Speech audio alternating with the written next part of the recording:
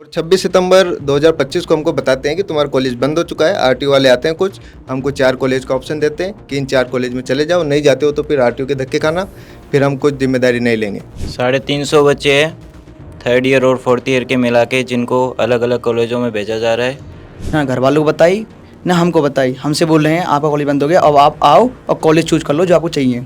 ज़रूरत पड़ेगी तो हम वहाँ भी जाएंगे, अगर हमारा फैसला नहीं होता है तो हमको जितना भी ऊपर जाना पड़ेगा हम जाएंगे, जितनी हमसे हो सकेगा उतना हम चाहेंगे कि हमारा जल्दी से जल्दी सोल्यूशन हो, और इनडायरेक्टली और डायरेक्टली हमारे सीधे भविष्य पर असर पड़ेगा। मैं सर लोन देके पढ़ रहा हूँ सर, मेरे घर वाले अफोर्ड नहीं कर पा रहे फीस को। कॉलेज स्टार्ट नहीं हुआ है सर, कॉलेज स्टार्ट हुआ 1 अगस्त को, फीस मांग रहे हैं 15 जुलाई को सर।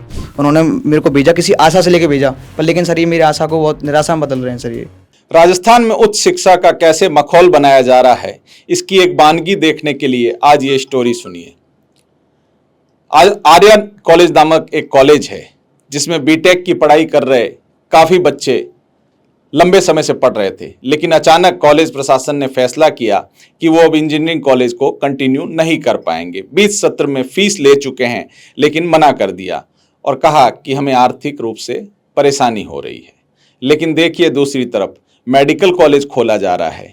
कारण ये है कि मेडिकल कॉलेज में शायद मुनाफा ज़्यादा हो और इंजीनियरिंग कॉलेज में उतना मुनाफा ना हो, लेकिन बीच सेशन में इन बच्चों के भविष्य के साथ कहीं ना कहीं खिलवाड़ हो रहा है। इन्हीं बच्चों से जानते हैं क्या हुआ है और उस मुद्दे को संक्षिप्त में। अपना नाम बताइए और क्या हुआ है आपके साथ वो बताइए। मेरा नाम युवराज सिंह है। मतलब ये आर्य ग्रुप ऑफ कॉलेजेस है, तो इसका एक कॉलेज है कुकस में और एक कॉलेज है ओमेक सिटी में जी। तो हमने एडमिशन लिया था AITM ओमेक सिटी में। हमको मतलब हमारा 2023 में एडमिशन हुआ, उससे पहले कि हमारे जो सीनियर है 4th ईयर में है, अभी हम 3rd ईयर में हैं। तो अभी उन्होंने हमको 1.5 साल वहाँ पे पढ़ाया उस कॉलेज में। 1.5 साल बाद वहाँ कंस्ट्रक्शन चालू कर देते हैं मेडिकल कॉलेज के लिए। ये कंस्ट्रक्शन के नाम पे हमको आर्य कॉलेज यहाँ कुकस में लाते हैं। आर्य कॉलेज में क्या है, एक इनकी बिल्डिंग खाली पड़ी थी, वो भी पहले ऐसे बंद हो चुकी है फ्रॉड के चक्कर में, तो उसमें हमको ये 6 महीने पढ़ाते हैं। फिर 6 महीने बाद ये अपने मेन कैंपस में हमको शिफ्ट कर देते हैं, मर्ज कर देते हैं। और 26 सितंबर 2025 को हमको बताते हैं कि तुम्हारा कॉलेज बंद हो चुका है। आरटीओ वाले आते हैं, कुछ हमको 4 कॉलेज का ऑप्शन देते हैं कि इन 4 कॉलेज में चले जाओ, नहीं जाते हो तो फिर आरटीओ के धक्के खाना, फिर हम कुछ जिम्मेदारी नहीं लेंगे। मतलब 4 कॉलेज का ऑप्शन दे दिया और जाना तो पड़ेगा ही, जाना पड़ेगा ही, ऐसा ये बोल रहे हैं। फीस का भी अभी कुछ डिसाइड नहीं कर रहे हैं। फीस जो हमारी है उससे कम ही है उन कॉलेज में, जो हमको ऑप्शन दे रहे हैं वो हमारे कॉलेज से लो ग्रेड कॉलेज ही है, तो बच्चे वहाँ जाना नहीं चाहते हैं। क्योंकि कितनी फीस जमा कराई? हमने अभी जो हमारा सेमेस्टर फीस होती है, हमारी पूरी फीस है 85,000, किसी की 80,000 है, तो 40,000 लगभग सब बच्चे जमा करा चुके थे। मतलब सेमेस्टर वाइज हमारी फीस जमा होती है, तो 40,000 लगभग एक सेमेस्टर की फीस है और 40 अगले सेमेस्टर में जमा होनी होती है। कितने बच्चे हैं कुल?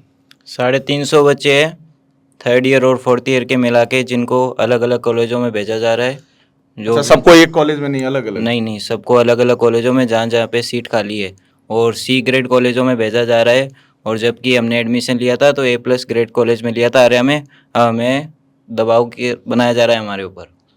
और जब आप कॉलेज प्रशासन से बात कर रहे हैं कि नहीं हम ये नहीं स्वीकार करेंगे, तो क्या जवाब दिया जा रहा है? तो ये बोल रहे हैं कि हमारे हाथ में कुछ भी नहीं है, हमने तो वहाँ पर क्लोजिंग लगा भी दी है, जबकि हमको बताया नहीं कि हमारा कॉलेज बंद हो चुका है। इन्होंने हमको दिलासा दिया कि हाँ हम तुम्हारा कॉलेज उधर ही चलाएंगे और आपकी फैकल्टी चेंज नहीं करेंगे, लेकिन अब हमको पता चला है 3rd ईयर में कि हमारा कॉलेज पूर्णतः बंद हो गया। उन्होंने 1 साल पहले ही प्रोसेसिंग कर दी थी, ये हमको पता चला था। अभी लेकिन आप लोगों को नहीं बताया? ये नहीं बताया अभी तक। ये बात तो हमारे घर वालों को बताने की होती है ना, घर वालों को बताई ना हमको बताई, हमसे बोल रहे हैं आपका कॉलेज बंद हो गया, अब आप आओ और कॉलेज चूज कर लो जो आपको चाहिए, बस। कुछ ऑप्शन दे रहे हैं कि उस कॉलेज में जाइए।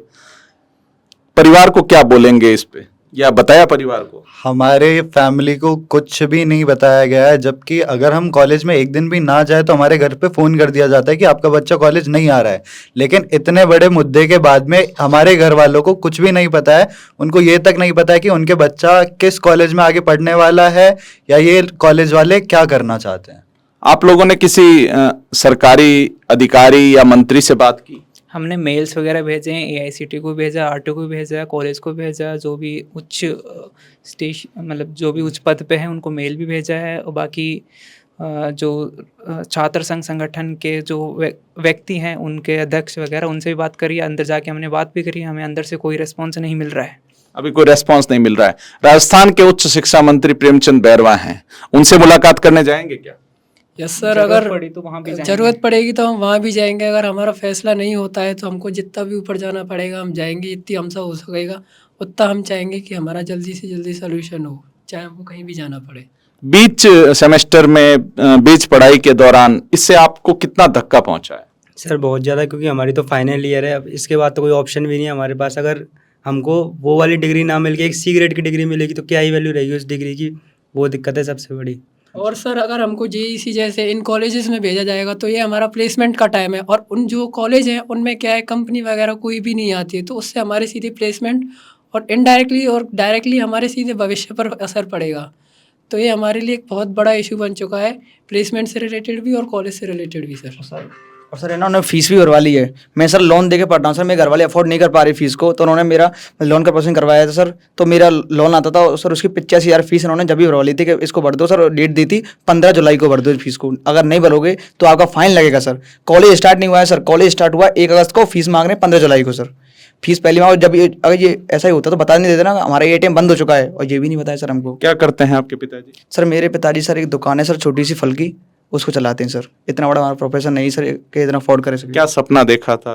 सर सपना देखा था कि सर अपने घर को साकार करूं सर। मैं ही था सर जिन्होंने भेजा मेरे को। मेरे घर में से कोई नहीं सर इतनी बड़ी पढ़ाई कर रहा हो, उन्होंने मेरे को भेजा, किसी आशा से लेके भेजा, पर लेकिन सर ये मेरी आशा को बहुत निराशा में बदल रहे हैं सर ये। सरकार के किसी नुमाइंदे से मिलने का अभी तक आप लोगों ने प्रयास किया? सर अभी देख तो रहे हैं सर, अभी हम मतलब पोस्ट वगैरह डाल रहे हैं सर, तो अभी रेस्पॉन्स आएगा तो सर हम वहाँ पर जाएंगे और जितना संभव हो सके ना सर जितना करेंगे अपने लिए, भविष्य के लिए। बिल्कुल, द हंटर न्यूज इस आवाज को उठाएगा और जो उच्च शिक्षा मंत्री डिप्टी CM हैं प्रेमचंद बैरवा, उनसे ये निवेदन करेंगे कि बैरवा साहब एक बार इन बच्चों की मुसीबत को सुनिए। किस परिस्थितियों में इनके परिवारों ने भेजा, किस परिस्थितियों में पढ़ाया होगा, जरा सा आकलन कीजिएगा, शायद इनका दर्द आपको महसूस होगा। हम आर्या कॉलेज का भी पक्ष जानने का प्रयास करेंगे, वो देते हैं या नहीं ये अलग बात है, लेकिन हम अपना प्रयास करेंगे कि आर्या कॉलेज बताए कि इन बच्चों के साथ, इनके बच्चों के भविष्य के साथ और शिक्षा के साथ ये खिलवाड़ क्यों किया जा रहा है। इसी प्रकार की खबरें हम लाते रहेंगे और इस खबर का अगला अंक मैं आर्या कॉलेज से ही करूंगा। देखते हैं, अगर 24 घंटे में उच्च शिक्षा मंत्री प्रेमचंद बैरवा जागते हैं तो ठीक है, अन्यथा 350 बच्चों के साथ मैं इस स्टोरी को जरूर करूंगा। शुक्रिया।